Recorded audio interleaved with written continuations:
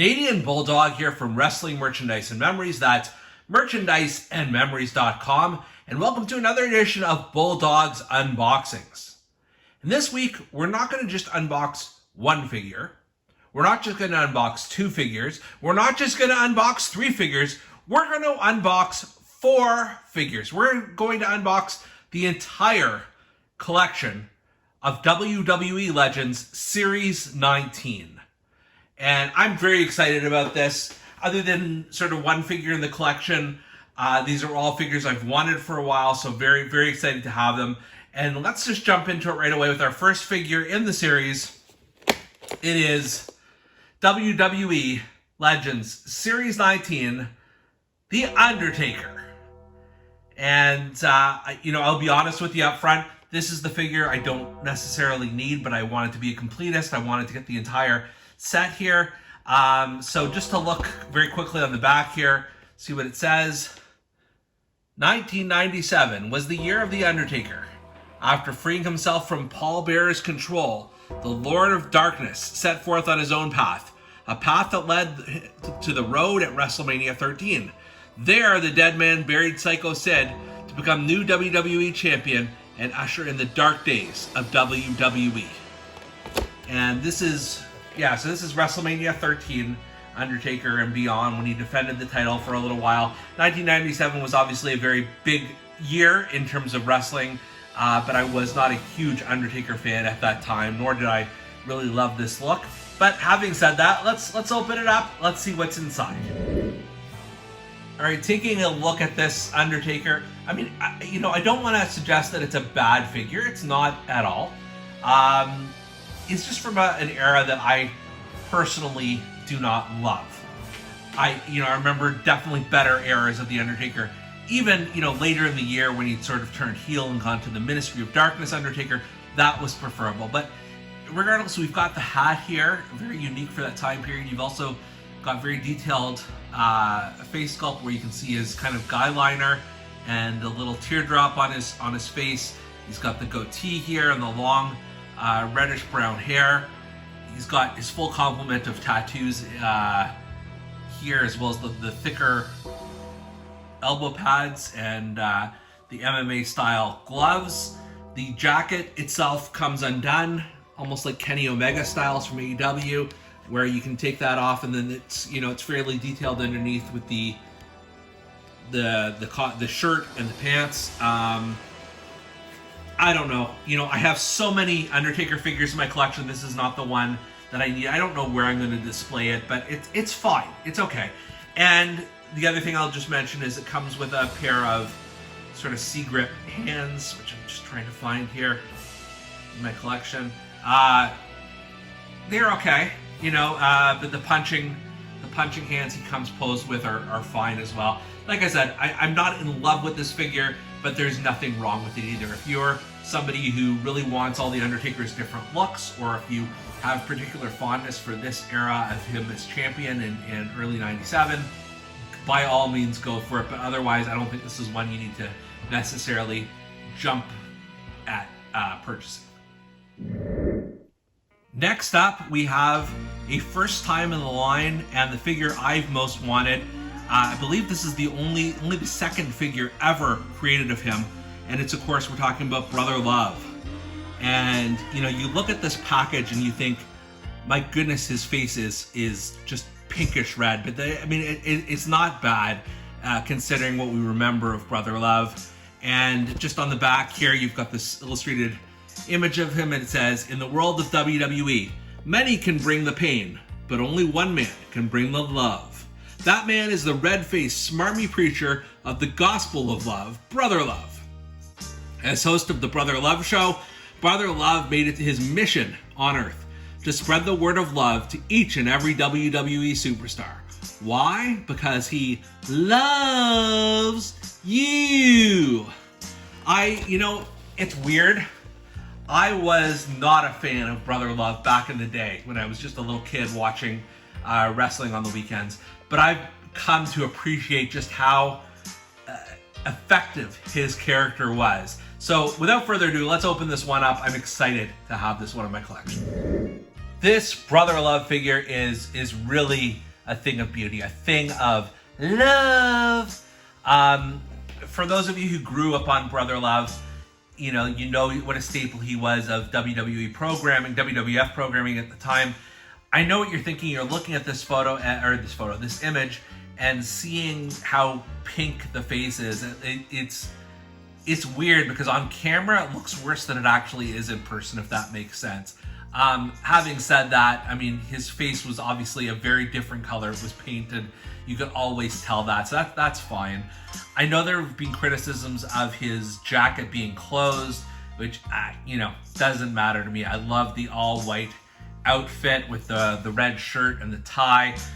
Noticeable all the rings he has on his finger, like the preacher he is. Plus, he comes with some goodies here, so we'll get into that. We've got the Brother Love microphone, so we'll just try and slip that into his hand here, hopefully. There we go. It's a bit of a tight fit, but you've got the official Brother Love microphone, so you can conduct interviews. You've also got this, the Book of Love. I've always wanted to know what's in the Book of Love.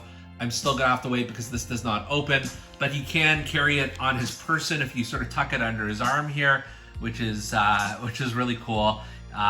Just brings back such great nostalgic memories. In addition, you've got removable hands, and instead of just the fists or the C grips, his hands are, very clearly emoting, and I may very well pose him with these hands as opposed to the microphone hands, or at least one of them anyways, just because it is kind of different and it is unique to the character. I give full marks to this one. I know, everyone may not agree, especially because the color on his face just seems so weird, but that's what Brother Love was. He was just this weird, larger-than-life character that antagonized all the baby faces on WWF Superstars and all that. So this is just such a welcome addition to my 1980s collection of WWE Mattel figures, and along with the cool accessories and everything like that. This is just such a top drawer figure. I've got to love it. Next up, we've got D'Lo Brown. And this is his, I want to say either his second or third Mattel figure. And the one that I currently have is also a Nation of Domination era. But this is definitely, I can already tell, looking through the package, this is a much, much better one. So very excited to add this to my Nation of Domination collection. On the back of the package it says, when Farouk disbanded the original Nation of Domination, he kept only one man by his side as he forged a new brotherhood. The only man he could trust, that man was D'Lo Brown. At first a bodyguard for the Nation, D'Lo soon proved to be a force to be reckoned with inside of the ring with uncanny, high-flying abilities for a powerhouse his size. Love me some D'Lo Brown, so let's crack this one open right away. You're looking at the real deal now with D'Lo Brown. Damn, this is just such an amazing figure. So excited to have this unboxed. So let's start with the head scan. Perfect. Just looks amazing. He's got the Nation of Domination hat, which is removable. Also removable is his chest protector, as though anyone would need to remove that, though that's such a part of the character. The one thing, the existing D'Lo Brown that I have, before this one, I bought it loose, so I don't have the chest protector. Now I do, so that's awesome. He's got the Nation of Domination colors on the back of his trunks, or sorry, on the sides of his trunks rather, as well as on the backs here. And then he's got knee pads and boots. It's deceptive, because he is a bit of a bigger wrestler, but it's deceptive by looking at this figure. He kind of looks on the small side. You've got to love the fingers that he comes, posed with. That's, for the bobblehead action, D'Lo Brown that we all know and love. I will point out that he does come with two other sets of hands. So you've got just the standard punching, like fists, and then he's got a pair of C-grip hands. But like, who's kidding who? You've got to have D'Lo with the fingers. Like that's the pose if you're ever going to put him on a shelf, as I plan on doing with my other Nation of Domination figures. So you know, so impressed with this one. Just a home run. I know that there's also a chase variant where he has slightly different colors, but, you know, not super important for me. What's important is I've got just a kick-ass D'Lo Brown here. Finally, rounding out Legends Series 19 is Kama Mustafa, who is also from the Nation of Domination. This is the one Nation figure that had not been made previously, so we needed this to sort of round out the crew here, because there was a Mark Henry once upon a time. There was, of course, The Rock and Farouk. This is the second D'Lo Brown Nation figure, and then, of course, this one here. Let's just take a look at what it says on the back. Known as the godfather of the Nation of Domination, Kama Mustafa was the elite enforcer in Farouk's army. With threats coming for the leader of the nation from both the Disciples of Apocalypse and Los Boricuas, the Supreme Fighting Machine made sure Farouk was well protected. And of course, there is a Kama the Supreme Fighting Machine figure that WWE released some time ago. It warmed quite a few pegs here in Canada for many years, but this is different. This is Kama Mustafa. This is the Nation of Domination version, and I think definitely a huge improvement. So let's crack Kama open here. Kama Mustafa is a thing of beauty. Definitely a good companion piece to D'Lo and the other Nation of Domination brethren. He also has the Nation of Domination hat. I will say, if you remove the hat, not exactly the same look. I mean, good face scan and everything, but you do need the hat, I think, to make this truly a Kama Mustafa. Yeah, that's just my opinion. He comes with a removable vest, and then he has the trunks underneath. Very similar Nation of Domination patterns, although his tights are shorter than D'Lo's, and then he's got the knee pads and boots. He's got his full complement of Papa Shango-esque tattoos on here. You know, they must have gone to the same tattoo guy. I don't know. This is badass, and he's a big figure. Like, I mean, I'll compare him with the Undertaker in a second, but, you know, height-wise, he definitely stands out. He does add that necessary muscle to the Nation of Domination, and just a real badass figure you want. Kama also comes with a pair of hands, if I could find it here. Yeah, just, again, the C-grip hands, but I do think Kama is a Fist of Fury type of guy, and I think he looks way more badass with his fists being clenched. So I think we can leave it at that. But overall, pretty badass figure. Again, to round out your Nation of Domination, this is the guy you need. This is the guy you want in your corner, and very excited to have him in my collection.